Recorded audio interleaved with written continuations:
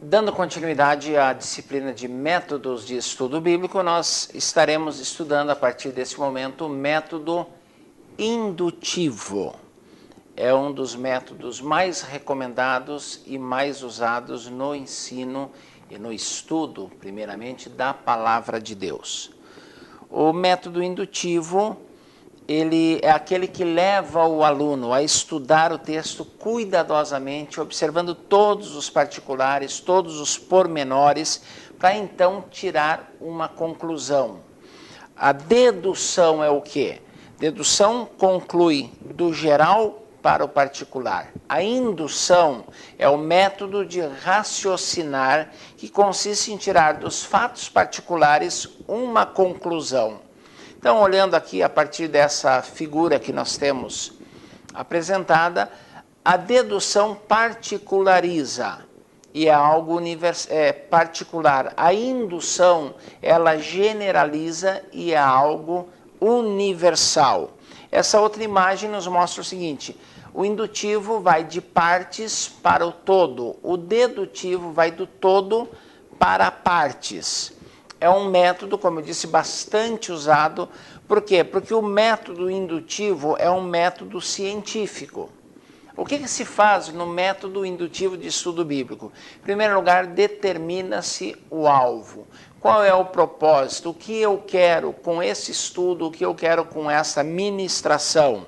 Depois, o segundo passo no método indutivo é coletar-se as informações. Aonde? No próprio texto, na história, na geografia bíblica, na sociologia, na história da antropologia cultural, coleta-se todas as informações possíveis, bíblicas e extra-bíblicas, para que se tenha uma visão do todo. Classifica-se essas informações, seleciona-se, classifica-se por ordem de relevância, de importância, e esse trabalho é um trabalho exaustivo, é um trabalho minucioso, quando queremos de fato entender, quando queremos de fato compreender a palavra de Deus, para então ensinar e ministrar essa palavra. Uma vez determinado o alvo, coletadas informações, classificadas essas informações, chega-se a uma teoria ou a uma hipótese. Determina-se uma afirmação, chega-se a uma afirmação. A partir disso, a gente faz diversas experiências à luz da palavra, diversas comparações, trabalha-se exaustivamente para confirmar aquela declaração que foi feita, aquela hipótese que foi criada, aquela teoria que foi formulada, e uma vez que essas experiências produzam, à luz da própria palavra, à luz da história, da antropologia, da geografia, como eu disse anteriormente, declara-se a lei, o fato, ou no caso bíblico, a doutrina. Se nós formos falar, por exemplo, da morte expiatória de Jesus Cristo, nós temos que estudar a Bíblia profundamente, porque desde o Antigo Testamento, desde Gênesis, lá no início do livro de Gênesis, no capítulo 3, quando o ser humano tem a sua queda, quando Adão e Eva pecam contra Deus, já há uma promessa do Redentor, de alguém que pisará a cabeça da serpente, mas que terá o seu calcanhar ferido. Está se referindo à morte do Senhor. E ao longo do texto bíblico, no Antigo Testamento, essa morte expiatória vem sendo reafirmada. E depois nós temos os evangelhos que narram o fato e as epístolas que confirmam aquilo. Quando você vai tratar de salvação, da morte expiatória do Senhor, você tem que estudar o todo. Pega cada parte, estuda, analisa e coloca dentro de um todo que será a sua conclusão. Então você pode ter a doutrina da morte expiatória de Jesus. A mesma coisa acontece com a redenção, a mesma coisa acontece com o derramamento do Espírito Santo e uma série de outros fatos relacionados ou não à pessoa bendita de Jesus Cristo, que nós temos uma ampla gama de informações na própria palavra e a partir daí podemos então chegar a uma doutrina verdadeiramente bíblica, a afirmações inequívocas, a declarações de fé cheias de convicção, de ênfase, porque o método indutivo nos proporciona isso. Pensando em método indutivo, a nossa observação do método, ela se dá com a leitura, com a observação completa e cuidadosa do texto, alerta, concentrado, totalmente atento, para que a gente possa perceber todos os detalhes, as passagens paralelas, correlacionadas, as referências de ideia, tudo aquilo que nós falamos na nossa introdução dessa disciplina, nós temos que observar. Como começa a observação do método indutivo? Com a leitura da passagem. E você vai ler, reler, tornar a ler, ler em versões diferentes, vai ler em idiomas diferentes, se você tiver essa capacidade, essa competência.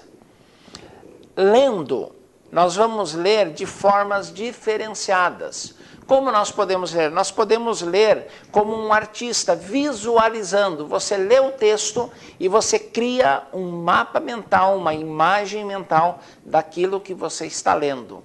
Você vivencia na sua mente aquilo que você está lendo. Você cria uma imagem mental do texto lido. É uma parte extremamente importante, extremamente produtiva e proveitosa. Depois nós vamos fazer uma leitura como um dramaturgo, dramatizando. E aqui é até interessante você fazer uma leitura em voz alta, para que você possa dramatizar e sentir a vibração, a emotividade desta leitura como uma leitura dramática. Vai enriquecer o seu estudo e vai te dar uma percepção acima do comum do texto que você está lendo. Depois você vai fazer uma leitura como um músico lê uma partitura, experimentando, provando, sentindo, parando, voltando, relendo. Às vezes você avança uma linha, duas, um parágrafo, depois você volta, você avança um versículo, depois você retoma ou retorna ao mesmo versículo para você ter uma compreensão clara, para você dominar a ideia do texto. Essa é a observação. Quando se quer fazer um estudo sério da Bíblia, como e por onde eu devo começar? Se eu quero fazer um estudo indutivo da Bíblia, como e por onde?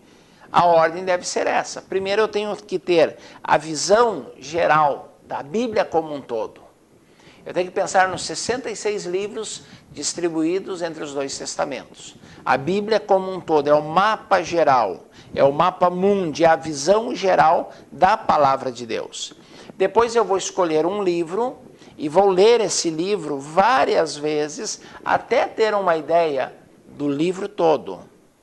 Até perceber o livro como uno, como um só, dentro da palavra, mas um livro como um todo, um livro completo em si. Isso vai me dar uma compreensão clara. Uma vez feito isso, eu posso fazer um gráfico, nós falaremos mais à frente sobre os gráficos, eu posso fazer um gráfico do livro, ou um gráfico de cada capítulo desse livro para visualizar, para departamentalizar, para definir seções do livro que são importantes para a sua compreensão clara, para a sua compreensão total. É muito gostoso e muito interessante se trabalhar com gráficos. E eu recomendo que o aluno procure em outras fontes, nós daremos uma pequena introdução aos gráficos, ao uso dos gráficos aqui na disciplina, mas eu te sugiro que você vá buscar na internet, em livros de métodos de estudo bíblico, você vá estudar a sério essa questão dos gráficos, porque enriquece e ao mesmo tempo diverte muito. A leitura da Bíblia através de gráficos é muito importante, é uma experiência enriquecedora e, repito, extremamente divertida. Depois que você fez esse gráfico do livro, fez o gráfico do capítulo, você vai estudar cada parágrafo. O que diz esse parágrafo? As Bíblias revista e atualizada, elas começam cada parágrafo em negrito. É muito fácil você acompanhar. A primeira letra de cada parágrafo está em negrito. Na corrigida, o número do versículo está em negrito. Então, te dá uma compreensão, uma visualização do parágrafo em si. E você vai estudar parágrafo por parágrafo, o livro todo e depois o capítulo em questão, o capítulo que você vai estudar. Examinar cada verbo, definir o que cada verbo... Eu já falei na disciplina, verbo denota ação. Então você vai ver o que está acontecendo, o que está sendo feito, qual é a ocorrência dentro desse capítulo, dentro desse parágrafo, dentro do texto lido. E vai pesar, vai analisar cada palavra, as repetições, aquelas coisas que nós já vimos na observação. Feito isso, você vai bombardear o texto com aquelas 6 perguntas que nós falamos lá na observação. Quais são as perguntas? Quem? Quem são as pessoas do livro? Quem são as pessoas do capítulo? Quem são as pessoas do parágrafo? Quem são as pessoas do versículo? Quem? Quando? Qual foi a época? E é importante, eu volto a repetir, você criar um pano de fundo histórico. Quando acontece uma coisa na Bíblia, a história da humanidade tem eventos que estão ocorrendo. E é importante você definir isso, você saber contextualizar na história da humanidade a história bíblica. É muito importante. Onde? Qual foi o lugar? Qual é a localização geográfica? É uma cidade? É um país? É um império? Qual é a localização geográfica? Onde está acontecendo? Como está acontecendo? Por que isso aconteceu? Quais foram as causas? Quais eventos desencadearam essa ação, esse episódio, essa história em tela? E por que isso aconteceu? Ou para que isso aconteceu? Quais foram os resultados? Que impacto causou? Você faz todas essas perguntas no método indutivo de estudo bíblico. Você vai de partes para o todo. Nós devemos estar alertas a 4 partes envolvidas no estudo bíblico que eu já citei e vou repetir porque é muito importante. A estrutura, a forma literária, a atmosfera e os termos envolvidos. Tudo isso tem que ser observado. Para descobrir a estrutura, que é o esqueleto da passagem, que é a relação entre as formas e o conteúdo, nós temos que estudar frase, orações, sentenças, parágrafos, capítulos. Lembrando que a escritura, ela tem uma unidade como um todo, uma unidade material, uma unidade de propósito, uma unidade de história. O todo, ele está conectado, cada parte está conectada ao todo, está vinculada ao todo. Existe uma relação entre essas unidades, uma estrutura muito bem entretecida. Tudo que está na Bíblia está interrelacionado, não existe nada autóctone, nada alienígena, nada que está ali por acidente, por acaso. Não existe acaso na Bíblia. Não existe casualidade, existe um propósito. Tudo o que está na Bíblia está com um propósito e cada detalhe faz parte de um todo. Isso tem que ser levado em consideração.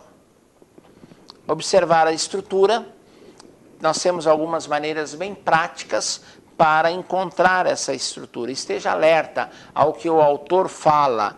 Comparação, contrastes, repetições, continuidade, o uso repetido de palavras semelhantes, de histórias, de paráfrases, de parábolas. Todas essas coisas são importantes. Lembrando que você deve determinar a forma literária, se é um discurso, se é uma prosa que apela para a imaginação, se é uma poesia, se é uma linguagem figurada, enfim, qual é a forma, se é uma narrativa histórica. O livro de Juízes, os livros dos reis, os livros das crônicas são narrativas históricas, como são os livros de Samuel. Então, qual é a forma literária?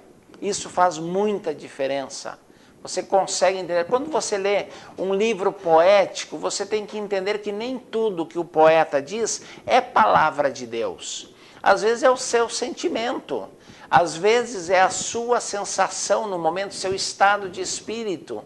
E nós sabemos que poetas são volúveis, são instáveis emocionalmente. Cantores, músicos fazem músicas vibrantes e cheias de alegria e às vezes fazem músicas deprimentes, carregadas, eivadas de nostalgia, de tristeza, de saudade, de desencanto. E quando você olha para os livros poéticos na Bíblia, você encontra a mesma postura.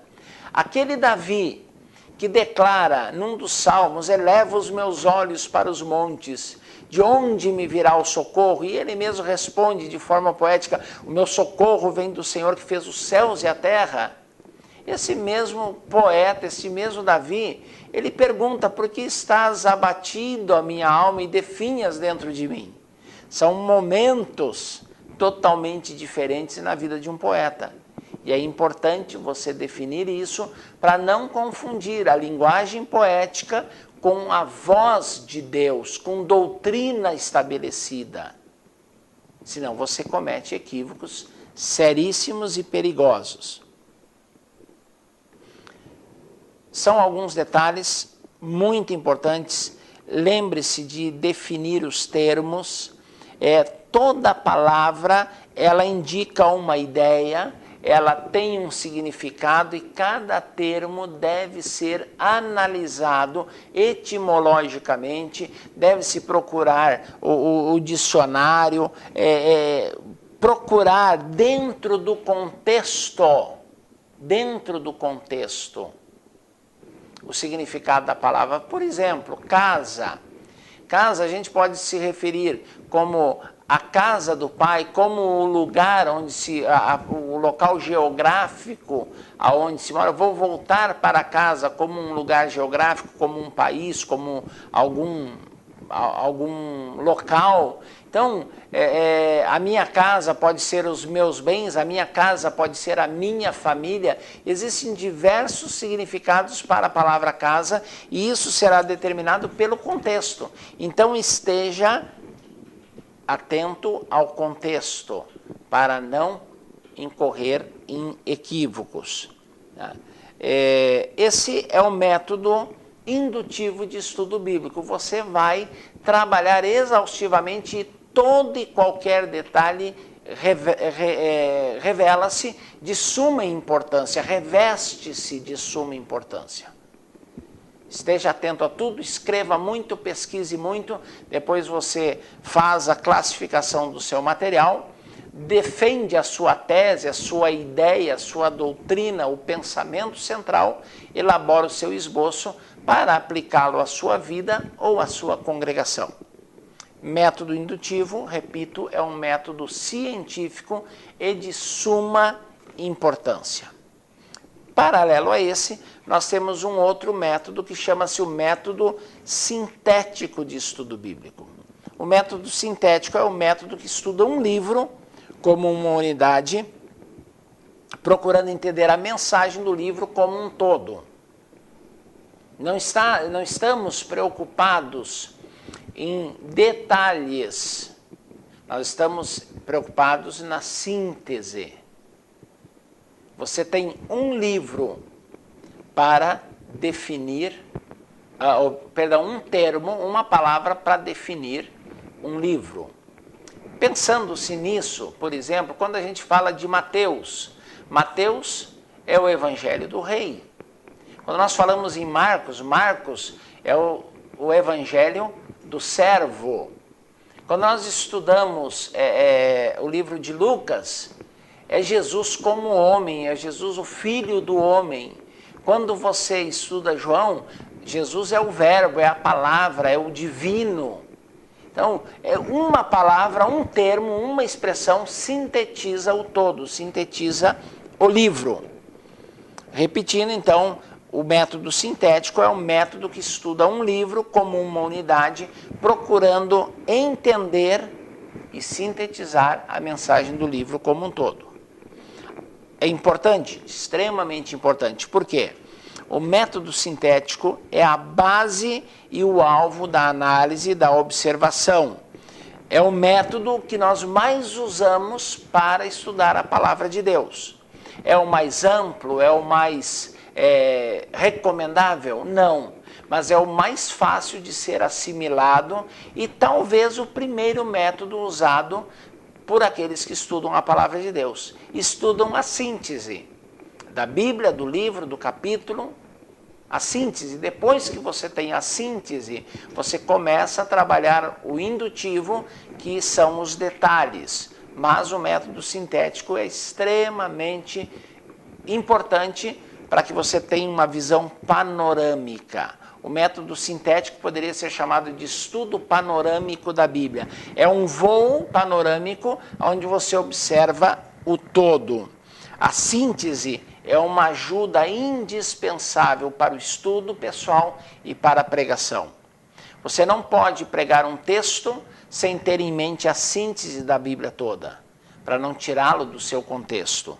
A síntese é o melhor meio de se apresentar a mensagem de um livro. Qual é a síntese da carta aos Filipenses? Alegria. Quando você pensa em Filipenses, 4 capítulos, uma carta pequenininha, mas o apóstolo Paulo, ele usa 11 vezes a expressão alegria. Então, a síntese de Filipenses é a carta da alegria. Qual é o fruto da vida cristã? É a alegria. O que evidencia Cristo na sua vida? É a alegria. A conduta do cristão gera o quê? Alegria. É a síntese do livro. Apocalipse é futuro, é porvir. Daniel, Ezequiel se enquadram também na literatura apocalíptica. E assim, sucessivamente, você pode descobrir. Seria interessante você fazer um estudo e descobrir. Já existe isso na internet, já existem pessoas que fizeram esse tipo de estudo, mas você fazer por você mesmo e definir a palavra-chave, a síntese numa única palavra de todos os livros da Bíblia. É muito interessante, é um estudo gostoso de se fazer. Como usar esse método? Em primeiro lugar, você faz um estudo cuidadoso do livro, você lê o livro todo numa sentada só, de uma só vez, sem interrupções. Depois você lê com mais calma, com maior vagar, 3 vezes o livro, observando, atento a detalhes, descobre o tema principal do livro, do que esse livro trata, qual é o seu tema principal, ver como esse tema foi desenvolvido ao longo do livro, ao longo dos capítulos, e fazer um esboço do livro, talvez um gráfico, mais uma vez, voltamos ao gráfico, para você ter aquela visão geral do livro. Analise a estrutura do livro, a forma literária desse livro, faça perguntas para o livro. Quais seriam essas perguntas? Primeira pergunta: o que estava na mente do autor quando ele escrevia esse livro? O que ele tinha em mente, o que ele focalizava, o que ele vivenciava, o que ele estava experimentando, qual era o seu estado de espírito? Outra pergunta: qual a mensagem o autor do livro queria transmitir? O que queimava no seu coração?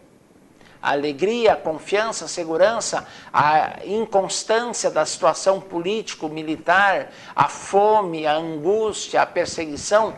Em que contexto ele escreve esse livro?